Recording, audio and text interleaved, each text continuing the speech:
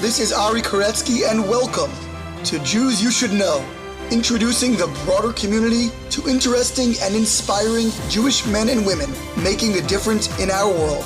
Some are already famous, some not yet so, but each is a Jew you should know.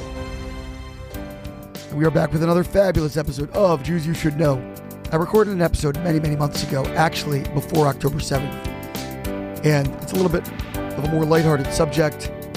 Our guest, Arnon Shorr, is a filmmaker, a comic author, and since October 7th, I just couldn't muster the ability or the willingness to publish an episode of that style.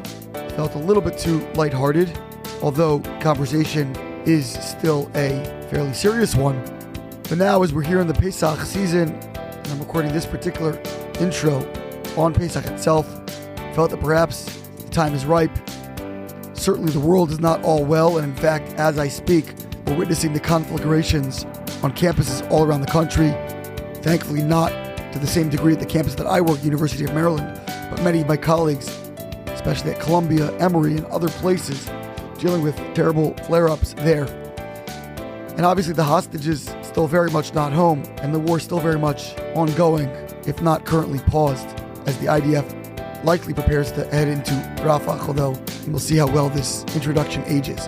Nonetheless, we could all use a bit of a respite, something a little bit lighter, while still thought-provoking, interesting, and altogether different from other interviews that I've recorded. And so I present to you my conversation with film producer and comics author, Arnon Shorr. We are here with Arnon Shorr. Arnon is a filmmaker, a screenwriter, an author, a comic book aficionado and expert, and we're going to get into all of that. But how are you, Arnon? I am doing great. How are you? I'm doing awesome. And Good. Arnon and I discovered in the process of setting up this interview that we have a really interesting connection because his father-in-law was my rabbi growing up. Rabbi Landau. So shout out to Rabbi Landau. He was the rabbi of my synagogue, Ner Tamid, Green Spring Valley Synagogue, since I was a little tyke and through my whole childhood. And also, I wouldn't be surprised if your parents were at my wedding. And I believe they probably were, actually. And yeah, Rabbi Landau is known far and wide as an expert racquetball player, and that's one of my favorite sports. So big fan of the Landaus. And this is a really fun connection. But anyway, Arnon, where are you talking to us from today? Today I'm talking to you from my home in Sharon, Massachusetts, a small town just south of Boston. Now, is Sharon still like 70% Jewish? I don't know the ratio. It's been shifting over the years, but there is a vibrant, wonderful, warm, diverse, eclectic Jewish community here. And that's actually one of the reasons we chose Sharon a couple of years ago when we moved back east from LA. It's the sort of Jewish community where you've got all the usual, the doctors, the lawyers, the high achieving academics. But you also have folks who raise chickens and who kind of have alternative careers. And I was looking for someplace like that where I'd fit in. I don't have any chickens, but I certainly have an alternative career. So I wanted to go to a place where Jews could be a little bit weird and stand out. Awesome. Well, it sounds like, yes, we'll definitely get into the alternative career because it's, I think, certainly unusual for a nice Jewish boy. But where originally are you from? Are you from the Sharon area? Were you returning to kind of your roots, moving there? Or where did you grow up? Sure. I grew up in another Massachusetts town called Waltham. Folks might know it as where Brandeis University is. Yes. I ended up attending Brandeis University. I was a townie. But yeah, I grew up in Waltham after coming here when I was a year and a half old from Israel, where I was born, and stayed in Waltham all the way through college. And then after that, kind of bounced around a bit, depending on what life required me to do and where life required me to be. Are your parents Israeli?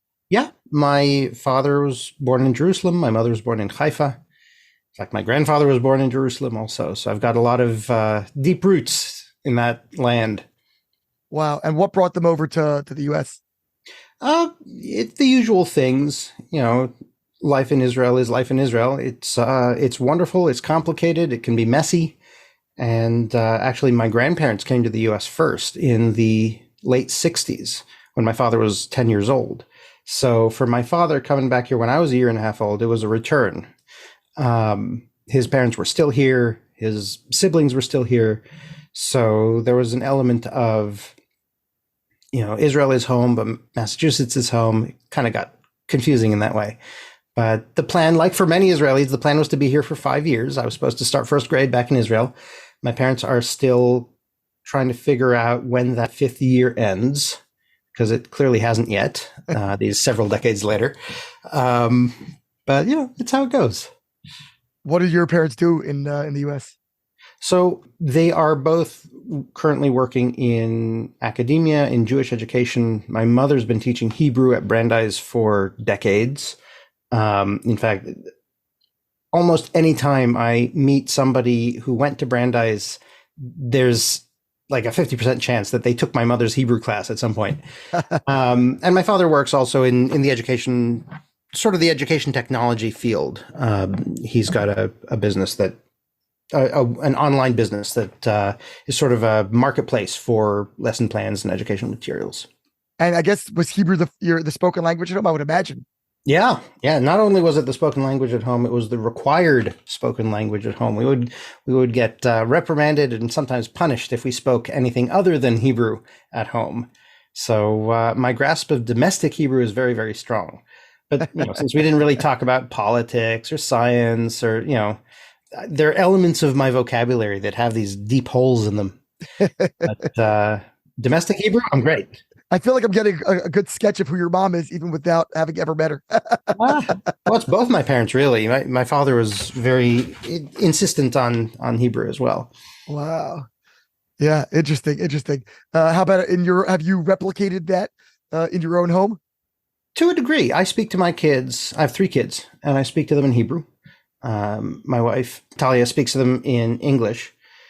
They respond in English, and I do not chastise them for it. And and that's kind of by design. I wanted them to have the Hebrew exposure, but I wanted them also to feel as comfortable as possible speaking to me. If there's something they want to talk about and they don't have the words for it, I didn't want them to feel like they couldn't speak about it.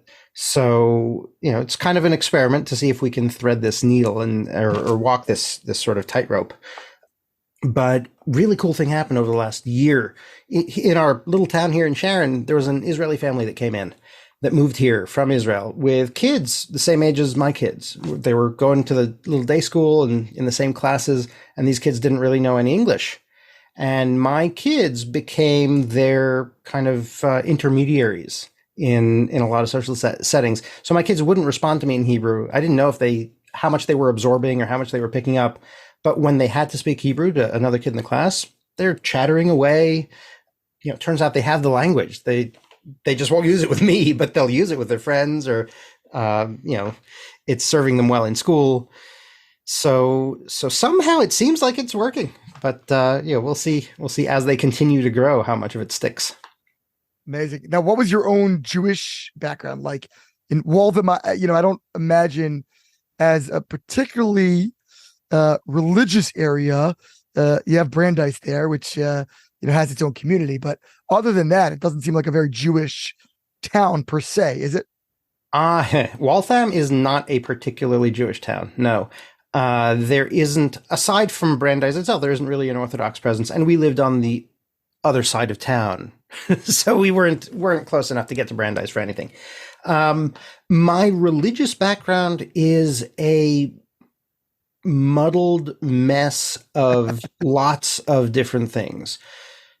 My father is the descendant of a very long line of really important European rabbis. We trace our lineage to Rashi. We trace our lineage to Bechor Shor, one of the Tosafists.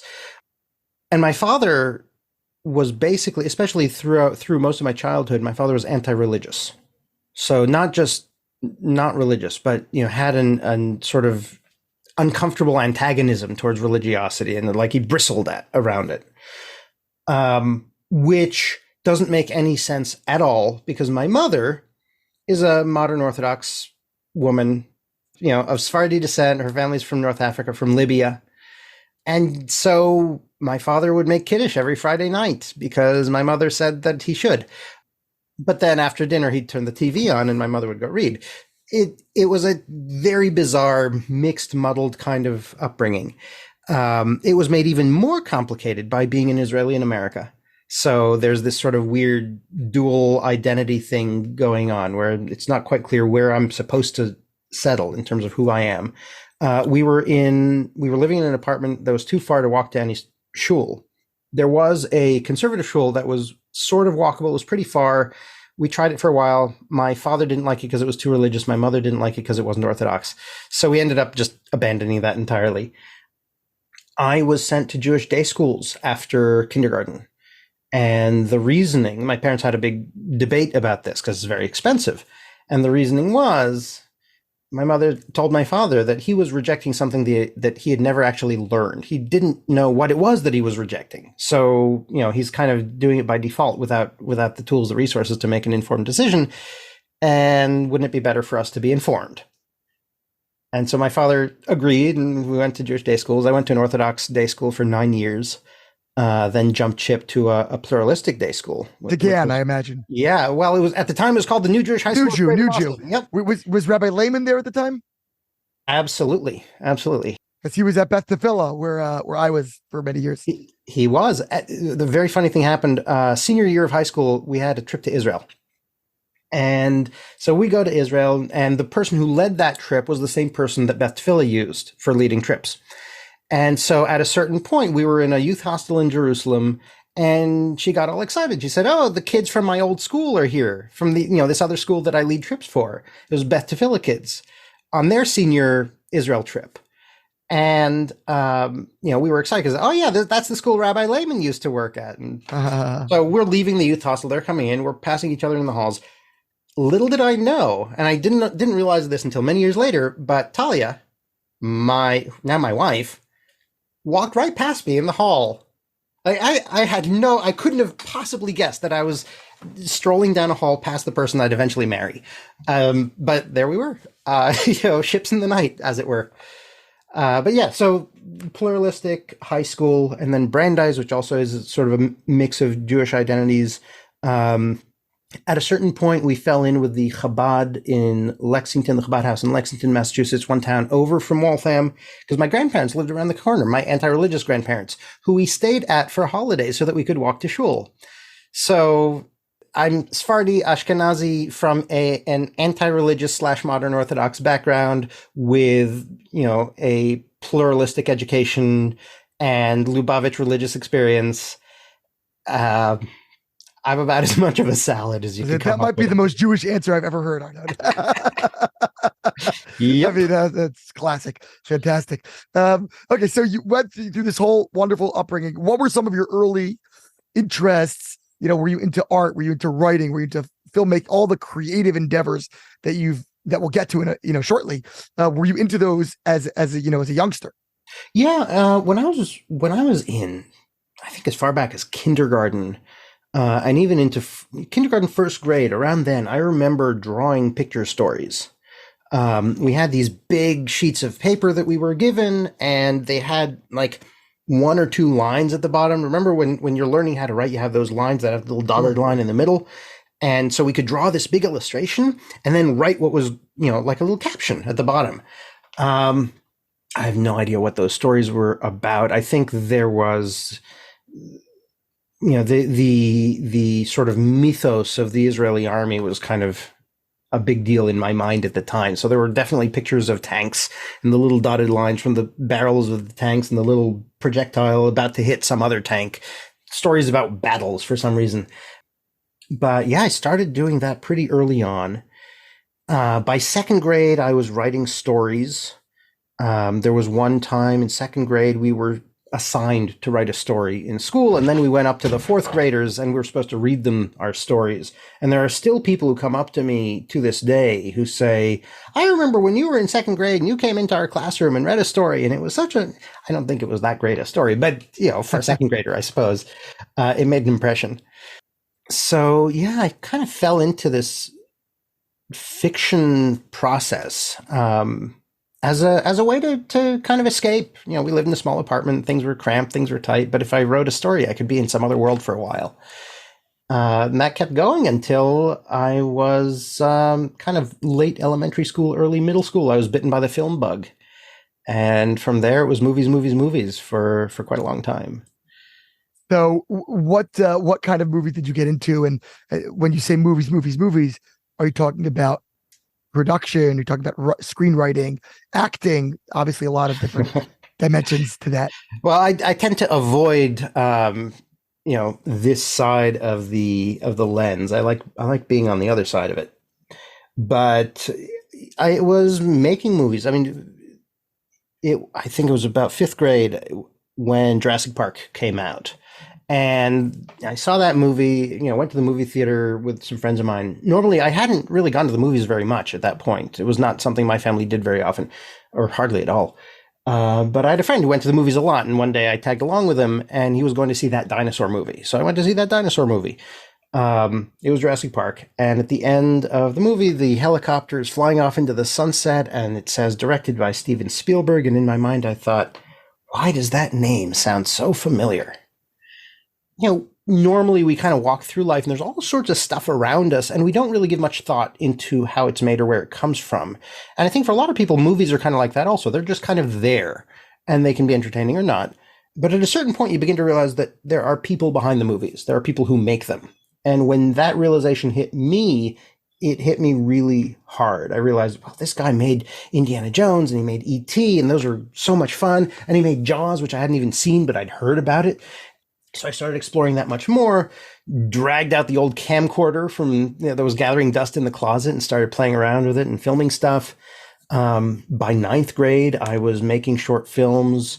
By the time I was in college, I was making scrappy, independent, ultra low budget feature films. I tried to avoid writing. I didn't really trust myself as a screenwriter. So initially I was working with other people's scripts. At a certain point, I started taking up screenwriting a little bit more. This was around when my son was born, and it was a little harder to get out of the house and go to film set. And, the production schedule can be very wacky. And my wife is a doctor. She's the primary breadwinner. So a lot of the childcare flexibility had to fall on me. And it was a lot easier to be flexible in that way when I was sitting at home and writing.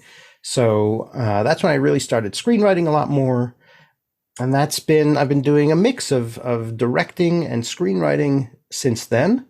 And the recent twist is comic books, which emerged out of a short film that I made about 6 years ago, a short film about Jewish pirates. Okay, I want to get there. Let's tease it for a minute because I want to hear more first about some of the directing and the screenwriting that you did. What kind of projects did you work on? Were you ever kind of like the big box office kind of blockbuster industry, or are you more doing kind of indie films or smaller projects? What were some of the projects you worked on? Sure. Well, it started out, of course, very, very small. A lot of very small short films, very, very, very small feature films, and nothing really kind of popped. When in the kind of early era of YouTube and web series and all of that, I started doing a little of that. For a time, I worked with Mendy Pellin. He's a Lubavitch comedian. Oh, yes. I was just laughing at something he wrote on Twitter, I think yesterday, today. He wrote something really funny. I think it was yesterday on Twitter. He often writes things that are really funny. He's great. I cast him in a film once, and then, we became friends, and he pulled me onto a Jewish humor brand that he was developing. We created 2 seasons of basically a YouTube series, Jewish sketch comedy, just lots of little Jewish funny stuff. What's it called? Jubelish. Look up Jubelish, you'll find all those videos. And those were a lot of fun. Those ended up, at one point, there was a front page Wall Street Journal article about those, which was pretty cool. So those kind of hit the mainstream in a big way. And from there, I have not worked on any kind of big blockbusters or big Hollywood films. I've certainly worked with people who have, but my own stuff hasn't quite gotten to that level. I do have some screenplays that are out, kind of circulating. They're not quite circulating as much now. We're still, the writer's strike is still going on. So some of those projects had to pause for a little bit. But there are some projects that could potentially become bigger if they land on the right desk and strike people the right way. But so far on the movie side of things, it's been generally smaller, with a few exceptions. What kind of movies were you generally into? Where is it? Oh, I love the big Hollywood blockbusters. I'm really into Spielberg, of course, but that sort of narrative approach that says we can create these fun, essentially genre stories. These are not heavy dramas. They're not meant to be kind of think pieces, but if done the right way, they can give you a lot to think about, and they can. The term in the industry is elevated genre films. So, it's a horror film or it's a sci-fi film or whatever it is, an adventure film, but it's elevated in some way to be something more than just another genre piece. So elevated genre fiction, I guess, is what I aim for. I guess tell me a little bit about the whole comic book experience, because, and I'm gonna confess up front, I do not really. First, I'm not very familiar with comics, nor do I really get them. To me, it kind of seems like adults reading, cartoons.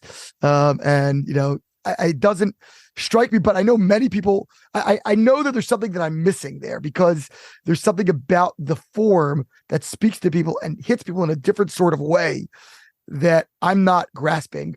Well, I think that's a fascinating topic to explore in general. The sort of short, I guess my short prompt, to encourage you to think about them a little differently, is that picture stories are primal. They are the earliest form of written communication that we know of.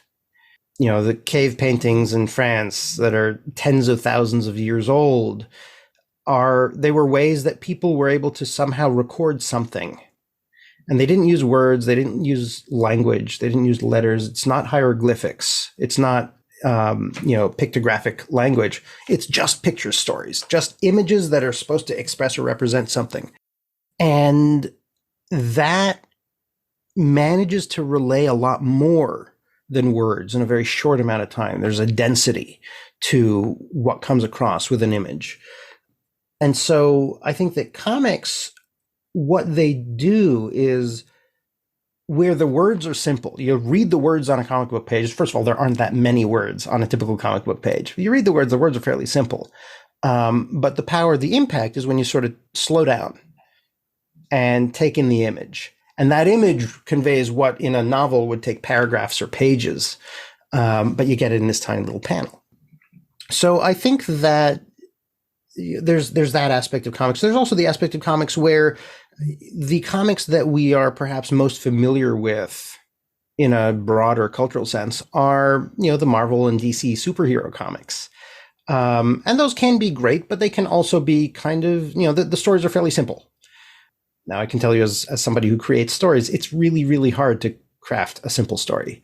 To figure out how to boil it down to its simplest basic elements, that's hard to do.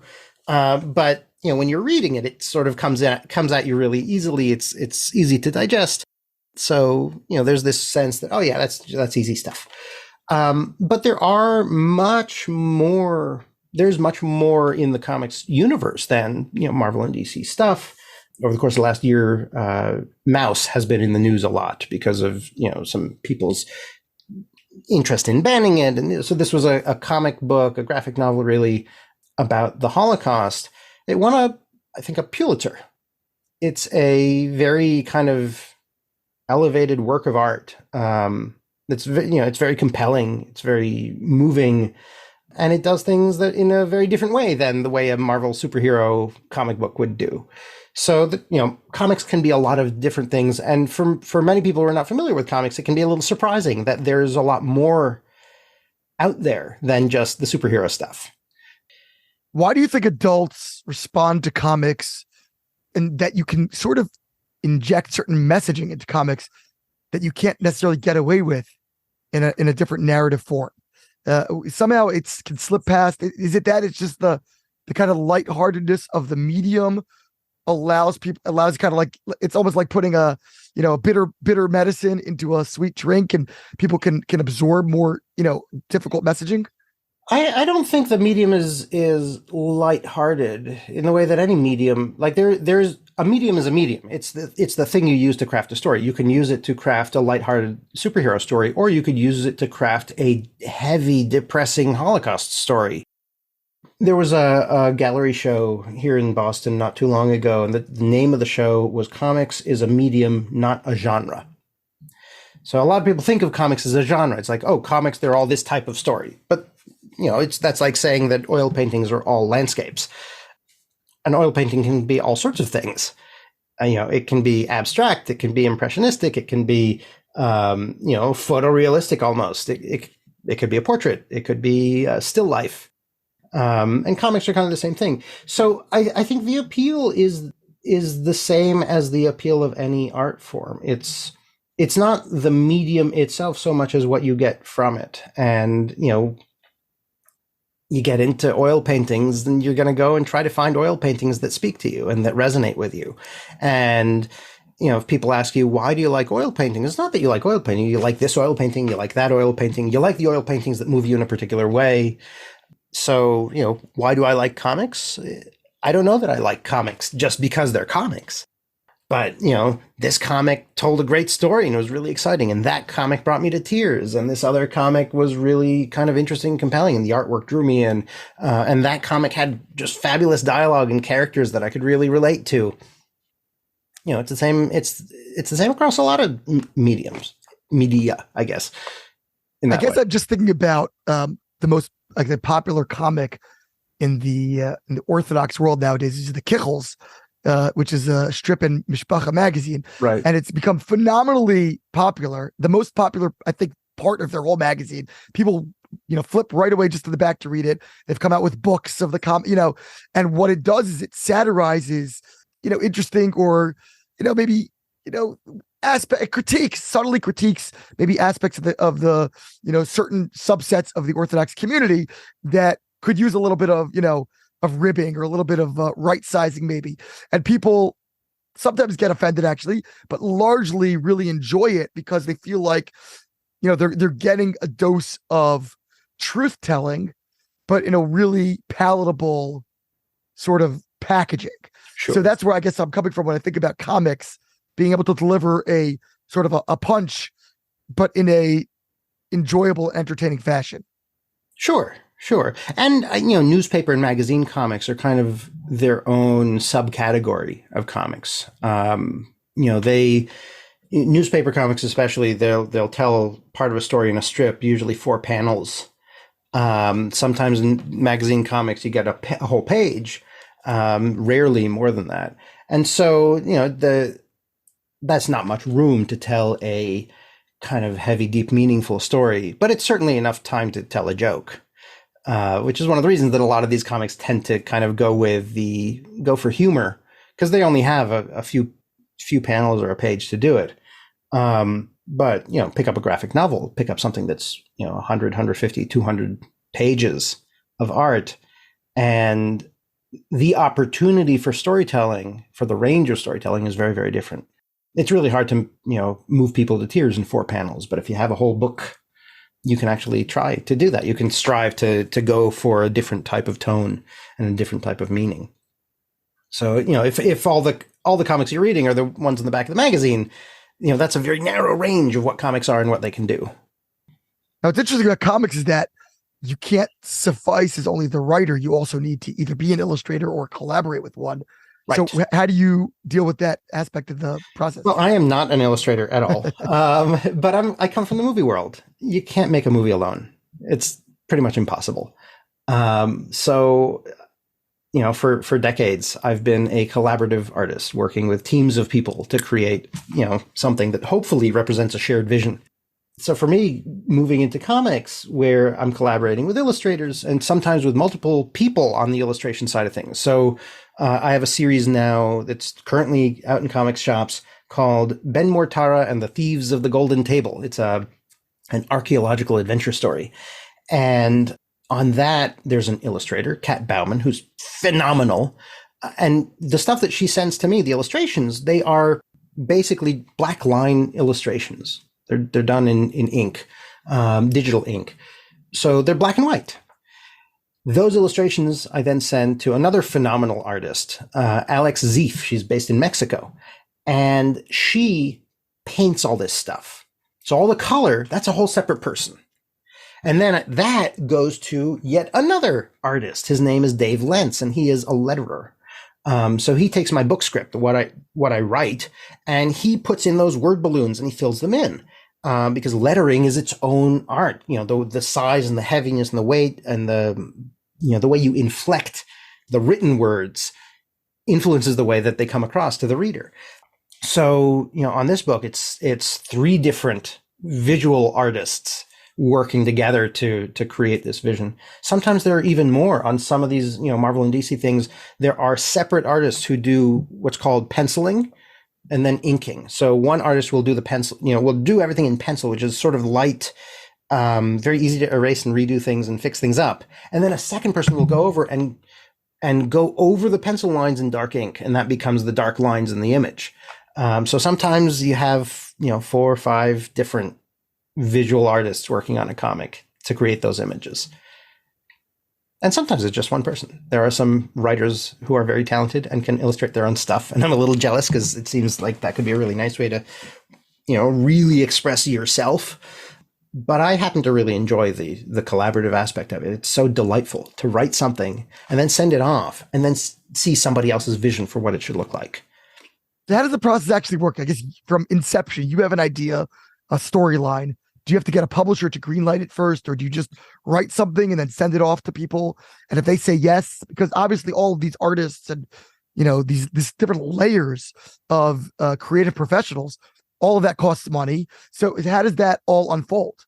So there are lots of different ways to do it. There are different structures. My first book was fairly traditional. It was a concept that I had based on a short film of mine. And people wanted more of that story. People were asking for a longer version, but it's a swashbuckling adventure about Jewish pirates. And I thought Hollywood wouldn't go for that because that would be expensive. So I started exploring what it would take to make that as a graphic novel. I connected with an old friend of mine who's an illustrator. He liked the idea. We decided to sort of partner up. We created some sample pages of what the comic book would look like. We got a book agent who took that and the story and pitched it to publishers. Through that, eventually we landed a publisher who liked the story, who liked the sample illustrations. And once we got the deal with the publisher, that's when I actually wrote the book. Because, that's when for certain, all right, this thing is gonna move forward, so you can commit the time to write the whole thing. Once the publisher approved the book script, and comic books are kind of like movies in that you write sort of a script for them. So once the publisher approved the book script, that's when the illustrator started illustrating. And, the whole process took a couple of years to get the book done. But that was kind of how that played out. And typically that's how it works. You try to get some sort of deal with a publisher first before the real heavy lifting happens. But there are people who are very kind of committed. They'll self-finance the book, and they'll try to take a finished book around to publishers, or they'll try to self-publish. And, lots of different ways to do it. There's crowdfunding is a very popular way to get these projects off the ground in the comics world. I'm actually about to launch a crowdfunding campaign for an exciting new project. So what do you like to accomplish with your comics and with your writing in this genre? Are you trying to infuse it with certain messaging, with certain moral conclusions, or get people, the readers, grappling with certain dilemmas? Like what is your sort of deeper goal? And it's certainly and especially from a Jewish perspective, as a committed Jew, how do you kind of see that responsibility or opportunity to invest your writing and certainly the comics with those kind of messaging and so forth? Right. So there was a very, very snarky movie mogul in the golden age of Hollywood who used to say, if you want to send a message, use Western Union. There's I find that in the Jewish world, in the Orthodox world, in the academic world, there's a lot of interest in messages and in meaning. And part of that is because of the way that we are educated. We read a book and we are not asked in class, in school, we're not asked, did you enjoy it? Why did you enjoy it? We are asked, did you understand it? We are asked, did you get the hidden meaning? Did you get the message? Did you get the theme? We're supposed to write papers about themes. So we're kind of trained in these sort of, academic intellectual communities to hold this idea of a message in very high esteem. But entertainment is also very important. It's, we've been sitting around campfires telling stories for, as long as there have been campfires. I mean, and entertainment can have messages, it can have themes, it can have big ideas. Sometimes it's even better for having those things. But one of the things that I've had to kind of teach myself over the years is to not forget that entertainment is also an important goal. And so I'm really focused on entertaining first and foremost. Beyond that, I have become a lot more passionate over the years about telling Jewish stories, and infusing Jewishness and Judaism into entertainment. I started out being very antagonistic to the idea. Years and years and years ago, I was anxious about my career and wondering, how am I going to become a filmmaker? How's this ever going to work? And a friend of mine said, well, why don't you tell Jewish stories? Because that's an area that you have some expertise in, from firsthand experience in. That could help you stand out. And I thought, Jewish stories, especially Jewish movies, I don't want to do that. And part of the reason was, at the time, this was kind of early 2000s. Most Jewish movies were these sort of earnest, heavy, Holocaust films, kind of lower budget productions coming out of Europe. They had tiny audiences. They made you feel bad, rather than actually entertaining you. And I didn't want to do that. And it took a long time for me to kind of break away from that model and realize, no, wait a minute. If I make entertainment the priority, I can still tell Jewish stories. I can still infuse Judaism into the stories that I do. So, I've written screenplays that are post-apocalyptic action adventures inspired by the Exodus story. I've written golem stories set in the Wild West. My Jewish pirate story is a great example. It's a swashbuckler. It's a pirate film, but the big emotional climax of the story has a pirate reciting Kiddush. And it's not meant to make you feel sad. It's not meant to make you feel like you're being educated. It's meant to be an emotional journey, a satisfying emotional journey. It's supposed to be fun, and it can be Jewish also. So a lot of what I'm doing now, both in the film side of things and in the comic side of things, is finding ways to do that, and to do it on a larger scale and for a broader audience. Tell me about some of the stories that you've written that you're really excited about, that, are most important or meaningful to you personally. Wow. You're asking me which of my kids I like the best. I feel the same way when people ask me, what's your favorite episode of the podcast? Say, it's like, what's my favorite child? Yeah, I mean, they're all different. They all reflect different parts of me in different ways, or they all connect to different phases of my life, different things I was going through. Certainly the Pirate Captain Toledano, which is that short film about Jewish pirates, that holds a very special place in my heart, because it really was the first project of mine to break through in a meaningful way. It played at 50 film festivals all over the world. It was the way that I was able to demonstrate this thing that had been in my mind for a long time, this idea that Jewish entertainment isn't an oxymoron. A story can be fun and can be meaningful and can connect with audiences, and can be successful, even if it's Jewish. Sometimes even, I would say, because it's Jewish. The Jewishness can actually make it more resonant. And that led to Jose and the Pirate Captain Toledano, which is the graphic novel that I wrote. So that has a lot of meaning for me. And each of these stories connects to some piece of my own experience, my own life. Pirate Captain Toledano's and the comic book, there's stories about a refugee from the Spanish Inquisition he's adrift. He doesn't know who he is, where he comes from. He doesn't have a good, strong connection to his people. He's isolated, and he finds these Jewish pirates and finds a way to connect with them. He finds a tribe, finds a people, finds a, for me as a Jewish kid in Waltham, Massachusetts, I think that search, who do I belong to? Who can I connect with? Who are my people? Was very much kind of my story, something I was grappling with. And I think all the things I write somehow connect in some way to some personal experience. It's all about kind of trying to find that personal nugget to make it real and to make it authentic.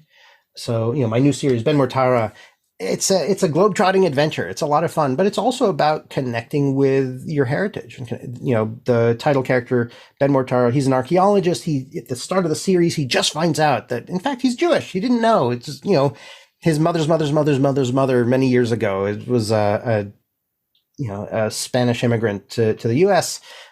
And while he's looking for these artifacts that are artifacts from Jewish history and religious history and tradition, he's also grappling with, finding himself and his connection, his new understanding of his connection to these things. Yeah, and the screenplays that I've written. Gosh, I really hope I get to make the Golem one. That's set. It's called The Golem of Cotopaxi, and it's set in 1880s Colorado, and it connects the Golem legend that we are familiar with a little piece of American Jewish history, which is that in Cotopaxi, which is a real place, in the 1880s, there was a small Jewish community of immigrants from Russia who were trying to kind of make a go of it and start a new life. We get all these Wild West stories, but except for, a couple of comedies, we don't get Jewish Westerns. And, we have a place in all of this stuff. We have a place in the Wild West. We have a place in, the 16th century Caribbean. We're part of the history, but we can be part of the narrative too. And so that's a lot of what I try to do, is to put us in all these places where in the real world we're there, and we can be there in narrative as well. Tell me about Comic-Con, which you mentioned in our correspondence. Other than the name itself, I don't really know much about it. Other than my understanding is that it's like the Super Bowl of comic book industry people. Tell me what that is like and what your connection to it has been. Sure. San Diego Comic-Con. So there are lots of comics conventions all over the world, but the one in San Diego is particularly well known. He gets a lot of attention from Hollywood, so a lot of movie stars get involved and make presentations and things. So it's very glitzy and glamorous and lots of fun. Hundreds of thousands of people converge on the convention center in San Diego in July, and it's comics and all the peripheral stuff that's associated with comics, the films, the TV shows, the merchandising, all of that. So it's a big convention. And part of the convention, they have panels and speakers. And, on the news, you hear about the ones in Hall H, which is this massive, fits thousands of people. And that's where the big Hollywood studios will make their big movie announcements. We're making another Superman movie and here's the cast and we're going to talk about it. People line up for hours to get into the Hall H to see those presentations. But they have lots and lots of other events going on during the convention, including panel discussions that are, smaller in some of the various rooms in the convention center. So last year, I was very, very fortunate to be invited to speak on a panel called The New Face of Jewish Comics. And so I got to talk about what it means to infuse Jewishness and Judaism into this popular entertainment medium and to tell these fun stories in this way, and to do it as a practicing Jew, as a devoted Jew who cares about the Jewishness of the story as well. I was very, very fortunate again this year to be invited to speak on that panel again. So I'm flying out to San Diego in July to speak on The New Face of Jewish Comics, to talk about some of the new stuff that I am working on. And I actually just found out yesterday I've been invited to speak on another Jewish comics panel that happens the same day, a little bit later. So I'm going to be on two panels at Comic-Con this year. Also talking about, the second one's more about kind of Jewish representation in comics. And, why it is that so many of these Jewish comics legends, the people who created the industry, that created Superman and Batman and Spider-Man and all those folks, Jewish, but the characters are not. And, why is it that they had to kind of hide their own Jewishness, prevent it from showing up on the page? And how kind of remarkable it is that now we're living at a time where it's beginning to be possible to be a Jewish creator and to actually infuse more Jewishness overtly into the stories that you create. It's fascinating, but do you think there are other affinity groups or like religious subgroups that have like the new face of, Presbyterian comics? Like, is that a thing, or is this really a Jewish? There is, in the entertainment industry in general, there's been a lot of interest in kind of taking a closer look at how various people and groups are represented. Diversity, of course, is the buzzword. But so there certainly have been panels about, depiction of Black characters in comics, or representation of Black characters and Black stories in comics. Latino stories and characters. I think last year there was a panel about Islam in comics. So there certainly has been an interest. Interestingly, that interest has been present, and we've seen panels on those topics at Comic Cons for the last several years. Last year's panel at San Diego Comic Con was the first in quite a while on Jewish representation in comics. So we're actually a little bit late to this game. While other people have been asking, hey, we want to see ourselves in these pages, or we want to see ourselves more in entertainment, Jews have not stepped up to that plate until very, very recently. And so we've got a little catching up to do. But the nice thing is, with the work that these other groups have done, we don't have to work as hard to convince people that diversity is important. 5-10 years ago, that was a conversation that still had to be had, explaining why this matters. Now people pretty much understand why it matters. And, now our job is to say, and look, we should be part of the diversity conversation too. And so, let's include us in this global picture as well. Who are the most of the people that are coming to these discussions? In other words, when you're leading a panel, is it mostly a group of, tribesmen, or is it a diverse group of people that are just interested in the topic?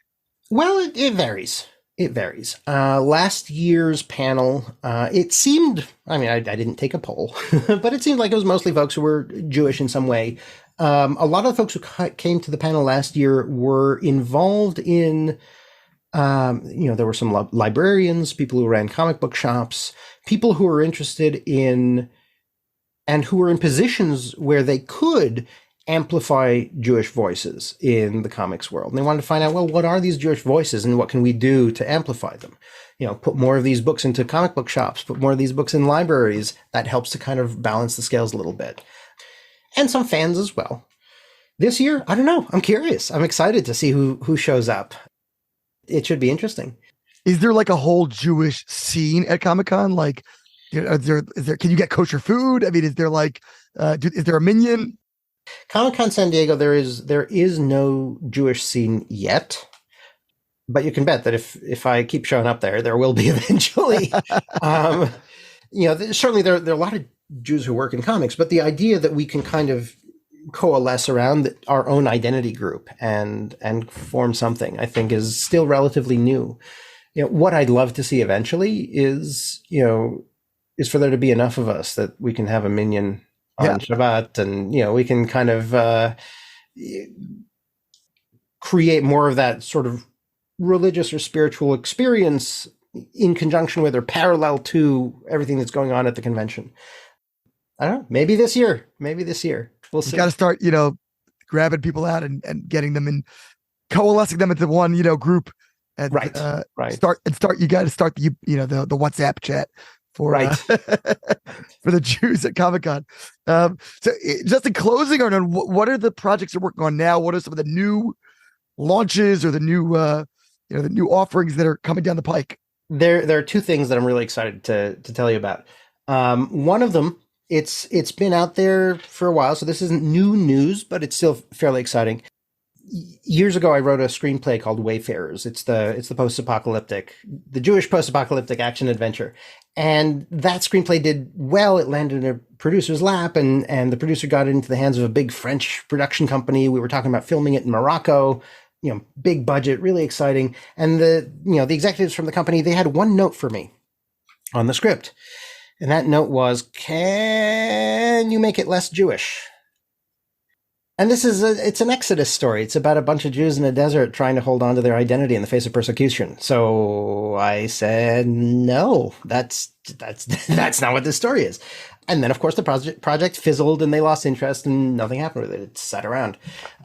So the last few months, I decided I was going to revisit that story and to try to tell it in a different way. So I started doing something that I've never done before. I started writing a novel. Tells this story. It's a sci-fi adventure novel, and I'm publishing it online on a relatively new online publishing platform called Kindle Vella. It's part of the Amazon infrastructure. Kindle Vella is a platform for publishing serialized stories. So you don't get the whole book right away. You get the first few chapters, and then every Monday I publish a new chapter. And so you come back and you read a little bit more, a little bit more, a little bit more. This is how Charles Dickens published his books. Serialized publishing used to be very common. In the magazines, that would, the monthlies or the weeklies would put out a new chapter. Yeah, exactly. So publishing a chapter a week and telling this sci-fi adventure story. And it's been so much fun so far. So, for your listeners who are interested in checking it out, Kindle Vella is the platform. Go there and search for Wayfarers. Or search for my name, or I'm sure in the show notes we can include a link. The first 3 chapters are free, and then the rest are very inexpensive. It's like a few cents per chapter. So it's very easy to keep reading. And so that's one project that I'm really excited about. It's almost like the podcastization of writing, in a sense of releasing an episode and then coming back online. I would say it's a little bit more like the TVization of writing. They actually they don't call them chapters on Kindle Vella, they call them episodes. So because we're familiar with taking in a TV show a week at a time, and books used to be like that too. And so there's this sort of move back towards that. Apparently, it's a very, very popular way to read new fiction among much younger readers, like readers in their late teens and early 20s, seem to really gravitate towards this format. So I'm excited. It's an experiment. We'll see how it goes. And the second thing I'm really excited about is, which I haven't actually talked about to anyone yet. Okay, we're breaking news here. Yeah. As of this recording, I'm working right now with a Jewish comics publisher called Magid Comics. Brand new thing. I'm the editor-in-chief of this imprint. We're putting out Jewish comics content. But one of the things that we've realized is that we're a quarter century into the 21st century, and people aren't going into comic book shops really. And it's actually really hard to buy a comic book in, like a 24, 28 page floppy comic, because shipping on those is expensive. And so, you can't really get it on Amazon. You can't really buy it online so easily. So we're trying to come up with a new way to introduce more of these stories and to make them available to you. And what we've come up with is a Jewish comics and variety magazine. It's going to be called Magid Magazine. It's going to have, each issue of the magazine is going to have a whole bunch of different comic stories, and you get every month the rest, the next chapter of the story, so to speak. It'll have celebrity interviews with a Jewish twist. It'll have Jewish fandom articles, novelty pages, all sorts of fun, entertaining stuff. Everything through a very broadly defined Jewish lens. And we've been talking to some of the artists and some new contributors to get more people to contribute stories to this thing. And some of the people we're talking to are really amazing. So really exciting project, really kind of far reaching in the implications. If we can pull this off, the kinds of stories that we'll be able to tell, the kind of entertainment we'll be able to create off of this, that really breaks the mold of what Jewish entertainment can be, is really exciting. Arnon Shorr, really interesting. I don't think we've ever had a comic book author on before. There you go. We've had some filmmakers, we've had some novelists and the like, but definitely breaking new ground over here. Good. And really excited to continue watching where all this goes, how the story continues to unfold, one chapter or one episode at a time, I guess. Absolutely. And thank you so much for joining us. Oh, it's my absolute pleasure. Thanks for having me. This has been Ari Koretsky on Jews You Should Know. Please visit us at JewsYouShouldKnow.com and subscribe at iTunes, Stitcher, or wherever you consume podcasts. Find us on social media at Jews You Should Know. If you'd like to become a supporter of this podcast, we would greatly appreciate that, and you can do so by visiting patreon.com. That's patreon.com/Jews You Should Know. Finally, if you have enjoyed this podcast, please leave us a review so that we can continue to grow and introduce many more people to Jews You Should Know.